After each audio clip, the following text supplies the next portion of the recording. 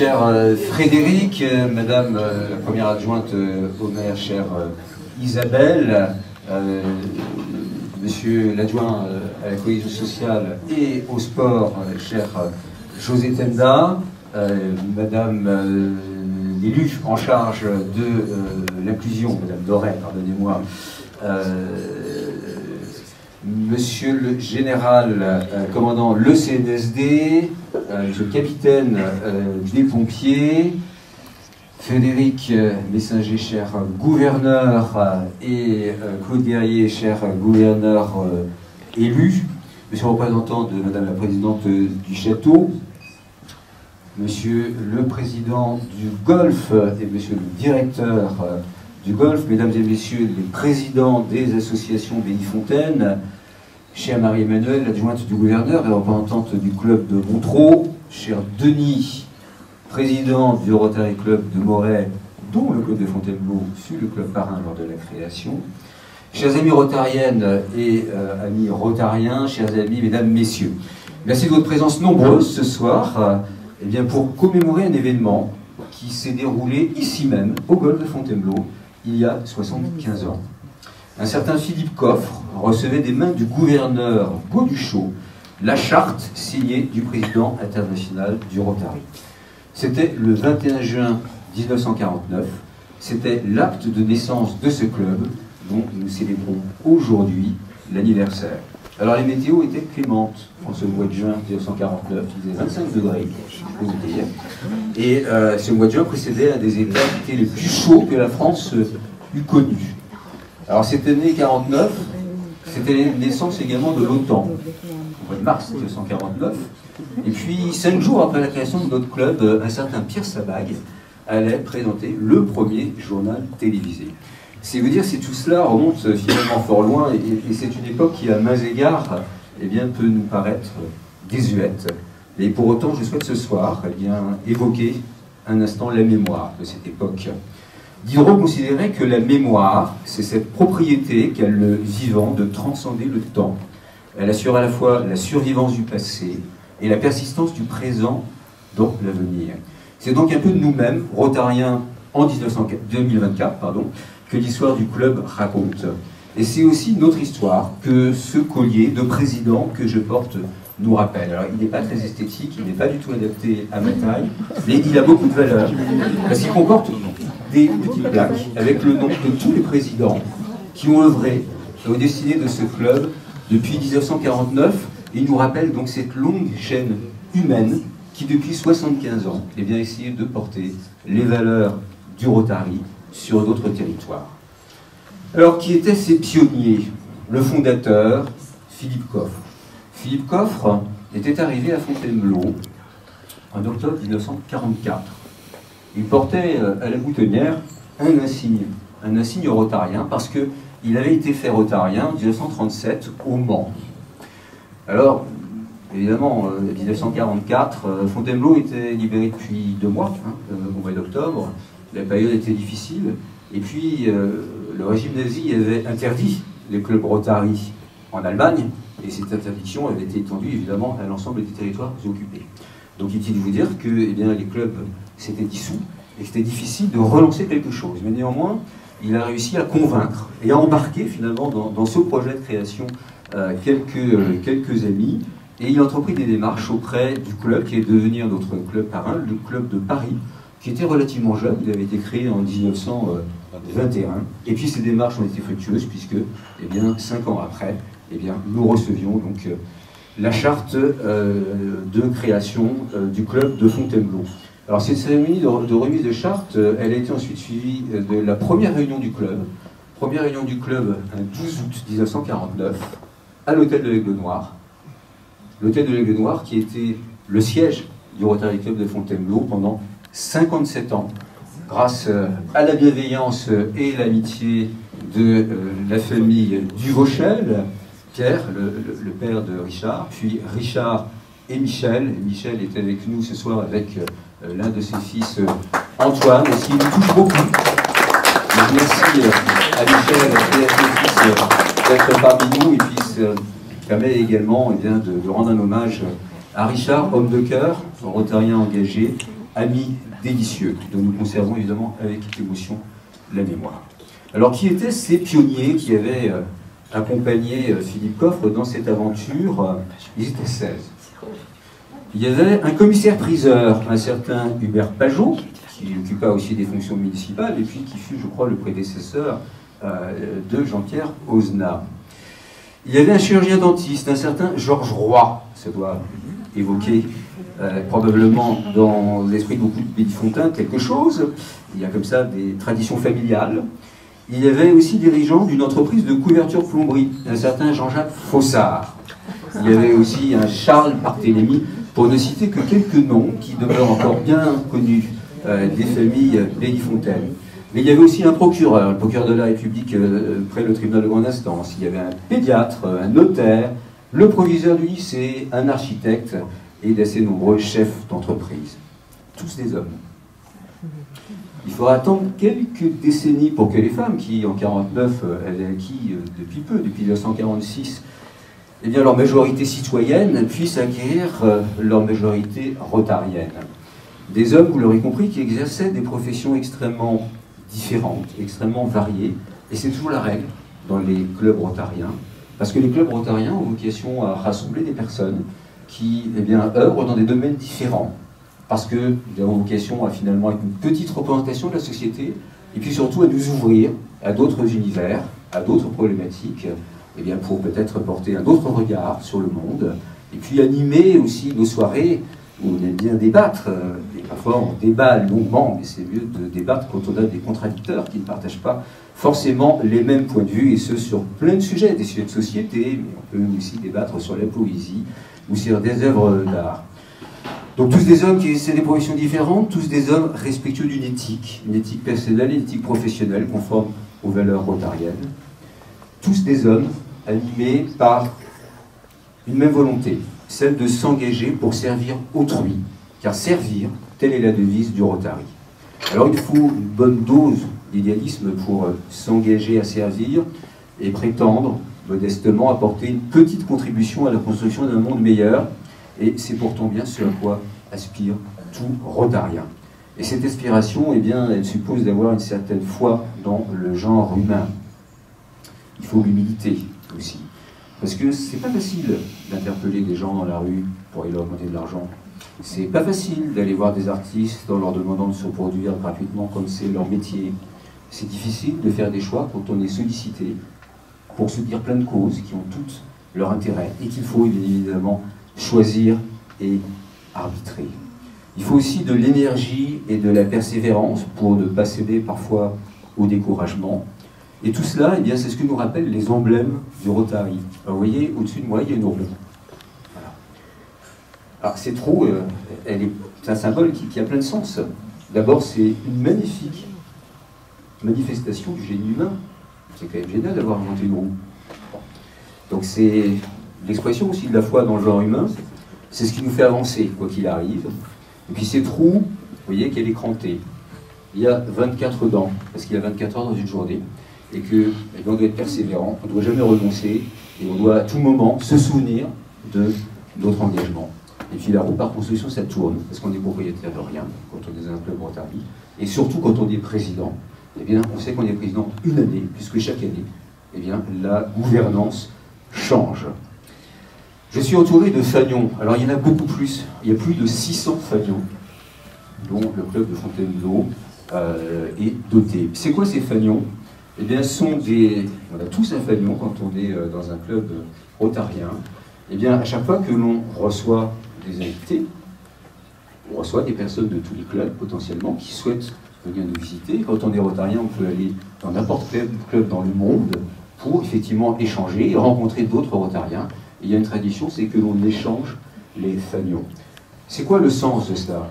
C'est de se dire que, et c'est un idéal rotarien, l'amitié entre les peuples, ça passe par les connaissances entre les individus, ça passe par la compréhension. Et ça, c'est aussi un objectif du Rotary, que d'avoir cette ouverture sur l'international.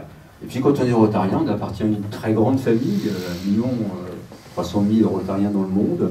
C'est pourquoi le club de Fontainebleau s'est jumelé avec celui de Constance, en Allemagne. Ce fut le premier jumelage d'une ville française avec une ville allemande après la Seconde Guerre mondiale. Il fut initié en 1957 et acté en 1960. Les membres des deux clubs se revoient amicalement tous les ans durant le week-end de l'Ascension, alternativement à Fontainebleau et à Constance. Ce sont donc 64 ans d'amitié jamais démentie, une amitié qui se revivifie chaque année à l'occasion de ce week-end commun. Une amitié qui se perpétue entre les générations. Quel plus beau spectacle qu'une tablée d'une douzaine de jeunes, enfants de Rotariens, qui échangent en de joyeux éclats de rire lors de notre dernier séjour en Allemagne pendant le week-end de l'Ascension. Cela rend optimiste. Et vous voyez, ça c'est le cycle d'une amitié. Novembre 1949, un cadeau pour la création de notre club, un cadeau fait par un club anglais, le club d'Islington, voilà, qui est toujours utilisé, parce que normalement, en chaque début de réunion, le président sonne la cloche, à la fin aussi, et puis quand il y a des membres dissipés, et bien parfois il faut vraiment sonner pour qu'ils se taisent, parce que parfois c'est animé, les réunions. Voilà. Alors, vous voyez, tout cela, je crois bien d'âge. Roger Le Pen, 99 ans, mon parrain au Rotary. Il n'a pas pu se joindre à nous parce qu'il a fait une mauvaise chute, il se remet bien, mais à 99 ans, il faut un petit peu plus de temps pour se remettre, mais Roger est un Rotarien assidu. Il est là tous les jeudis soirs. C'est un modèle de tempérance, c'est un modèle d'ouverture d'esprit, c'est un modèle de gentillesse, donc je souhaitais vraiment lui rendre hommage. Il fut président en 1988. Dans la vie professionnelle, il était secrétaire général de la mairie de Fontainebleau. Il était aussi assistant parlementaire de Paul Sérami lorsqu'il était sénateur. Et lorsqu'il était président du Rotary, il a notamment organisé un mémorable défilé d'équipage fort brillant, équipage automobile et hippomobile, dans les allées du parc du château.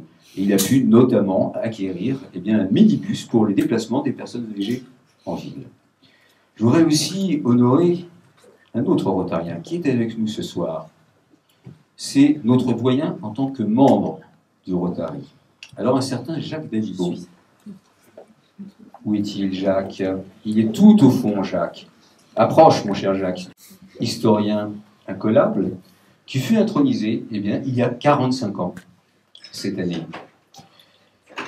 Parrainé notamment par Philippe Coffre, qui était l'un des fondateurs de notre club. Président en 1989, il se fixa comme objectif d'inviter à chacune des réunions hebdomadaires une personnalité. Voilà.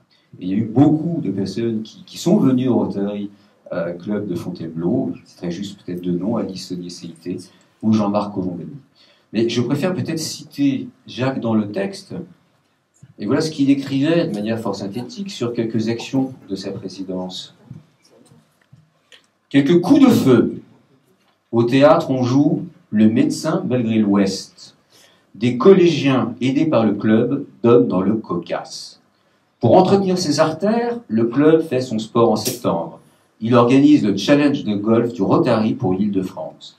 Et pour garder le sens de l'orientation, des plaques signalant les réunions sont inaugurées à chaque entrée de ville.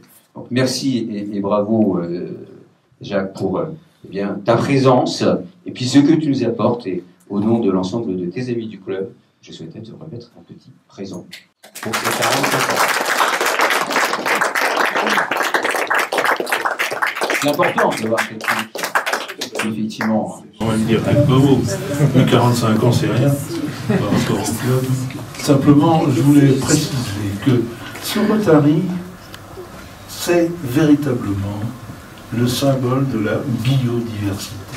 On se plaint, à juste titre, de l'effondrement de la biodiversité chez les insectes. Eh bien, chez les Rotariens, ça demeure. Et il ne faut jamais l'oublier. Pourquoi? Quand je suis entré, je vais vous dire, il y avait dans ce club, mais c'est un peu semblable à ce qui se passe et dans la France et dans le monde, et surtout dans la France, notre France, l'Île-de-France, c'est qu'il y avait parmi les Rotariens un assez grand nombre d'industriels. Le Rotary était là où se réunissaient nos industriels. Ceux de Champagne, je mange Pédère, ceux de Bagnols, ceux de Saint-Pierre-le-Nemours, une grande diversité d'industriels. Puis, hélas, comme vous le savez, nos industries tout court ont peu à peu disparu. Et les industriels ont été remplacés par des commerçants. Il y a eu, dans les années 60, un assez grand nombre de commerçants de Fontainebleau, ou même de la proximité de Fontainebleau, qui se sont intéressés au club et y ont prospéré. Nous avions plus tard des médecins. Aujourd'hui, je suis un peu confus, mais en regardant autour de moi, les médecins, sauf un particulier, émérite. Non, notre ministre, lui, vous l'avez oublié déjà, non. Surtout ne l'oubliez pas. Ne l'oubliez pas. Et à l'époque, nous avions beaucoup de médecins, des généralistes, des spécialistes. Il y en a un en particulier, le fils du général Corap, le général là-bas, le général Corap qui était pendant la guerre, en 1940. Mais le général Corap était pneumologue. Et j'en ai un souvenir ému, car il fumait énormément et il avait toujours la cigarette à la bouche, le bon docteur Corap, ce qui est quand même un événement. Bon, j'arrête là. Je vous remercie tous et je vous remercie de m'avoir offert un petit présent qui me va très bien parce que ça vient d'une librairie. Une librairie, alors je dégusterai ça à mon temps et petit à petit, merci.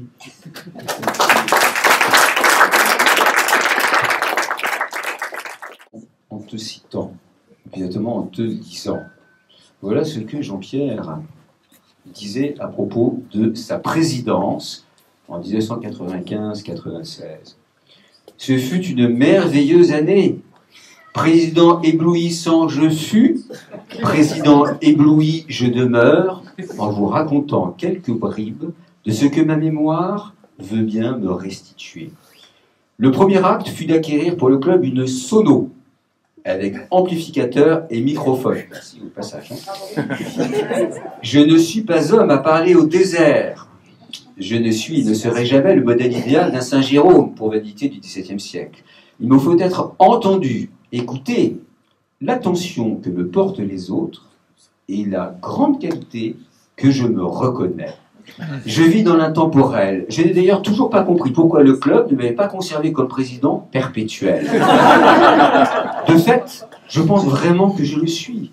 Les autres ne sont qu'épiphénomènes, mais je demeure. Et puis, au cours de son année de présidence, Jean-Pierre avait eu l'idée d'organiser un gala agrémenté d'un spectacle. Un spectacle qui était une petite représentation du lac des Cygnes, avec dans les différents rôles, si j'ose dire, des rotariens. Le cygne étant un certain Jean-Jacques Perrodin, il est en vacances, il n'est pas parmi nous, mais imaginez Jean-Jacques en juste encore faisant la mort du cygne. Voilà. Et voilà ce qu'écrivait Jean-Pierre à ce propos. Une note triste cependant dans cet unanimisme. Le cygne est mort, une mort affreuse, tué ignominieusement par un affreux chasseur, bien que les circonstances exactes de sa mort aient échappé à plus d'un. Mais enfin, quel spectacle donné devant l'élégante société Bellefontaine. Moi, président du Rotary, je suis aussi maître de ballet, puisque j'ai fait sentir au grand public l'excitation à son comble de la grande perruche. Et pour conclure, je me plais dans le rôle de l'orateur. Un frisson passe dans l'assemblée. On veut faire croire que je ne suis plus président, quelle prétention! Je lui suis et le reste en raison de l'éternelle jeunesse qui est la mienne. Même les vieilles dames me le susurrent à l'oreille. C'est bien le signe de l'ultime vérité. Voilà une belle illustration de l'humour que l'on aime au club, parce que l'on aime rire, et puis de cette merveilleuse capacité d'autodérision de Jean-Pierre. Est parfaitement apocryphe.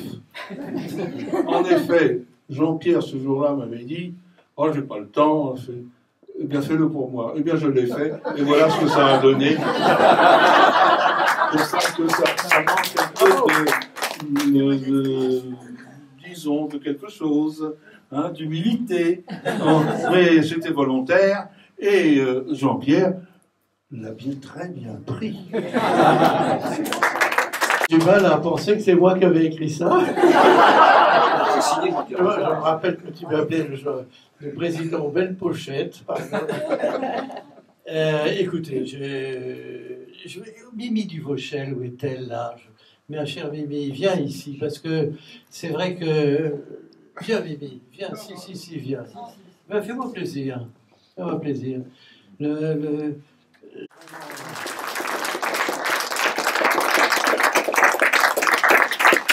Michel n'était pas un ami. Mimi me racontait tout à l'heure que je le prenais au périphérique en voiture et que je le lâchais à Fontainebleau et que nous arrivions à parler comme ça et à rigoler pendant 1 heure au téléphone. Paul Martin, voilà, c'est des souvenirs de ces gens qui m'ont fait rentrer dans le Rotary. On a fait des choses merveilleuses. Le Rotary, c'est un... Écoutez, je vais vous dire une chose.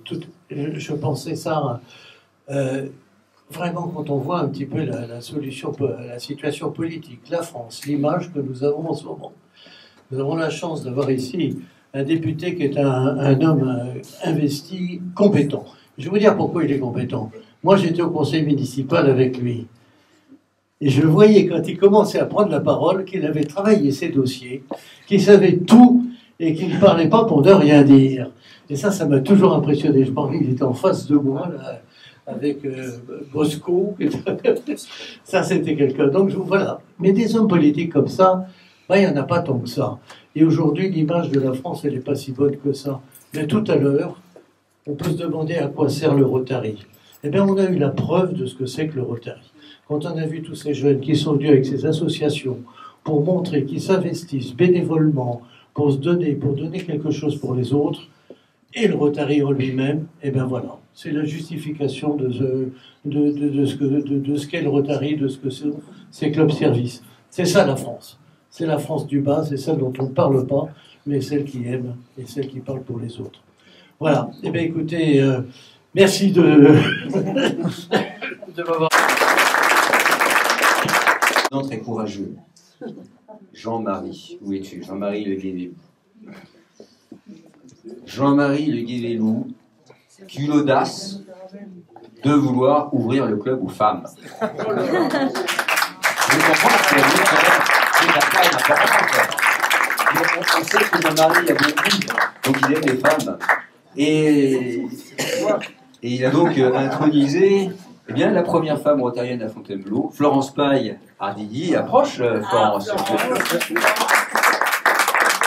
qui était bien parrainée par Jacques Delibon d'une part, et par Denis Oulès d'autre part, d'autres caméramans, cinéastes attitrés, voilà, et Florence qui anime depuis 16 ans maintenant et organise un moment important aussi. C'est pas un moment où on distribue de l'argent, c'est l'organisation du concours d'éloquence qui est ouvert à des jeunes, des lycéens donc de Fontainebleau et d'Avon-Laurence, qui est aussi un lycée à Avon, pour leur permettre de tester cet art oratoire.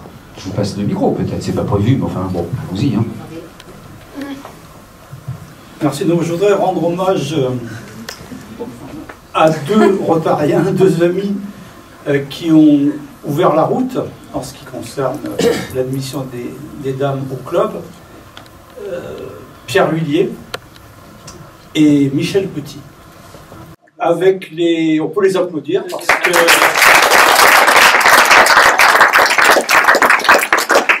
je peux vous dire que cette entrée des dames au club n'a pas été facile du tout. Autant quand un club se crée, il pouvait se créer mixte, autant un club qui depuis 1949 existait et était exclusivement masculin, il y a eu énormément de réticences, de menaces de démission, de lettres, même d'opposition, pas du tout à dominem, si je puis dire, mais sur le principe même de l'entrée des dames au club. Alors donc ça remonte, comme l'a dit très justement notre président, à 2002, et je dois dire que depuis, et encore une fois, grâce à ceux qui m'ont précédé, Pierre Lhuillier et Michel Petit, on ne peut, je crois, que se réjouir du fait qu'il y ait des Rotariennes. Je crois que c'est quand même une des choses les plus extraordinaires qui soit intervenue dans l'histoire du Rotary Club, qui est plus riche aujourd'hui qu'hier, grâce aux dames, à leur charme et à leur efficacité. Bravo.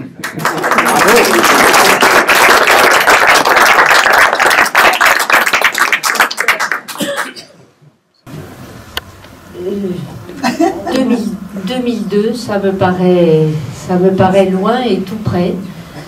J'ai trouvé au Rotary, moi, quelques mois après mon arrivée, une fraternité, une amitié, à une époque de ma vie où les choses n'étaient pas... étaient difficiles. Et à ce moment, je ne pensais pas rester, je ne pensais pas être en capacité d'apporter quelque chose à ce club. Je ne pensais pas pouvoir être à la hauteur de l'engagement que j'avais pris. Et puis, chacun des membres m'a soutenu. Quelques-uns ont lié avec moi une amitié. J'y pense toujours. Et je les remercie et ils sauront se reconnaître. Et je suis restée. Je n'ai jamais pu, jusqu'à maintenant, je dois bien le confesser, m'engager autant et servir autant que j'aurais voulu le faire. Mon activité professionnelle et ma manière de l'exercer... Je serai assez bref, mais je vous dirais que je n'ai aucun mérite d'avoir fait en sorte que les femmes puissent pénétrer au Rotary, si j'ose dire, parce qu'elles m'ont nourri toute ma vie. D'abord au sein de ma mère, que j'étais obligé de partager avec un frère jumeau, mais plus tard au biberon. Et puis toute ma vie, si je suis encore là, c'est grâce à elles, parce que je les ai fréquentées du matin au soir depuis plus de 50 ans. Donc j'avais une dette considérable à leur égard et je suis content d'avoir fait un petit quelque chose pour les retrouver. La deuxième chose, je dirais, le deuxième point, c'est l'amitié. L'amitié, c'est vrai qu'on en parle beaucoup au Rotary. Moi, ça me surprenait un peu parce que je me sens un peu, au départ en tout cas, un canard boiteux. Je me disais, selon moi, que l'amitié qui vaille, c'est celle qui existe sans raison apparente. C'est du genre, parce que c'était lui, parce que c'était moi. Alors j'ai mis du temps à m'y faire parce que je trouvais que c'était très disparate quand même. Et puis je me rends compte que cette amitié, c'est celle qui peut quand même apporter quelque chose sur le chemin du bonheur qu'on peut essayer de parcourir au cours d'une vie. Et vous le savez, à la fin de chaque réunion, je fais une petite blague. Quelquefois, je chante aussi. Alors ce soir, ça va être très court.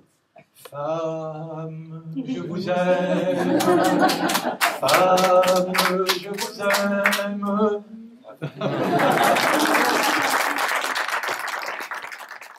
Par me quitter parce que fille de Rotarien à Fontainebleau, elle a fait pendant des années le trajet de Paris jusqu'à Fontainebleau, dans l'Ouest parisien en plus, pour être toujours avec nous. Donc je suis très heureux que tu sois ce soir-là, Brigitte.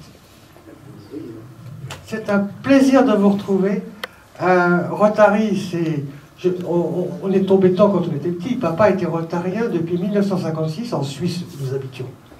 Quand il a été rapatrié en France, en 71, il a aussitôt adhéré au club de Fontainebleau. Maman a eu le malheur de nous quitter en 95 et papa avait besoin de ses filles pour l'épauler pour les soirées Rotary. Et bon, ma soeur à l'époque avait 7 enfants à sa charge, donc ne suivait pas le rythme, et moi j'en avais que 2 et je pouvais suivre le rythme. Donc je vous ai accompagné, je vous connais depuis 95, 96, 97, et j'ai été très heureuse d'être parrainée par Paul Martin, qui voulait démissionner à l'idée de voir une femme entrer au club, et qui a commencé son speech en disant « Il n'y a que les imbéciles qui ne changent pas d'avis ». Et je rends hommage à mon Paul, parce que là où il est, je l'aime. Voilà. Regarde ce que le Rotary a reversé sous forme de dons en 10 ans. Ce sont quand même 175 000 €, donc c'est quand même pas totalement neutre. Hein. Et 75 000 € qu'on essaie de reverser principalement sur notre territoire. Alors c'était au profit du CESAT, c'était au profit de l'hôpital, c'était au profit de l'EHPAD, ça a été au profit des jeunes pompiers volontaires du SDIS, c'était au profit de la maison de Magdalena, c'était au profit de moult structures et associations. Je ne reviens pas évidemment sur ce que nous avons remis ce soir. Donc je pense que c'est modeste et en même temps important, bien évidemment, pour un certain nombre de structures que l'on peut essayer d'aider. Donc je vais en rester là. Je voudrais simplement remercier d'abord la ville de Fontainebleau, qui nous soutient depuis très longtemps, et je le disais avant qu'il n'arrive, mais Frédéric Valtou a été fait membre d'honneur de notre club il y a longtemps, et Julien Gondard continue avec l'équipe municipale de nous soutenir, et parfois j'avais honte cette année de solliciter sans arrêt le maire, mais bon, il était toujours très réactif. Je veux aussi remercier le père José qui n'a pas pu se joindre à nous, mais qui nous a aussi soutenus en mettant à notre disposition l'église Saint-Louis. Et puis je voudrais remercier tout particulièrement Denis Oulès, qui non seulement mais a fait des recherches pour essayer de me donner un peu de matière pour ce discours, et puis pour organiser avec Arnaud Ekin, modeste mais tout de même petite exposition, vous pourrez voir dans la verrière, avec quelques photos, y compris la signature des premiers membres de ce club en 1949. Merci également à mon efficace et fidèle et super secrétaire, dont je ne sais pas où il est, Philippe Oulès, qui a géré le retour des invitations. Et puis un remercie à Jean-Christophe Châtaignier, le protocole qui évidemment était à la manœuvre pour l'organisation de cette soirée. Merci. Du président du Rotary International, Gordon McNally, remettre un diplôme au Rotary Club de Fontainebleau. Le Rotary International fête les clubs qui ont 50 ou 75 ans ou 100 ans. Il y a 3 clubs qui ont eu 100 ans il y a peu en France, le club de Paris, le club de Lyon et le club de Nice. Le club de Toulouse, pardon. Le club de Nice, ce sera bientôt. Donc, au nom du président du Rotary International, je te remets ce diplôme pour les 75 ans du Rotary Club de Fontainebleau. Bravo à vous. 75 ans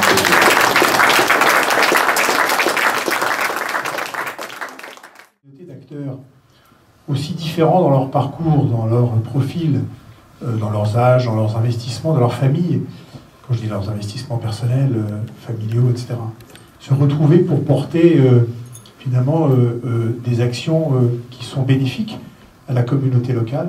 On ne peut évidemment qu'ouvrir les portes des bâtiments dont vous avez besoin et finalement aider les actions que vous menez. Vraiment un grand merci du fond du cœur pour ces 75 belles années d'engagement qui témoignent vraiment, tu l'as rappelé Didier, mais évidemment des valeurs qui font le club, mais au-delà du désintéressement, de l'humilité, mais la volonté de servir qui est portée par chacun d'entre vous.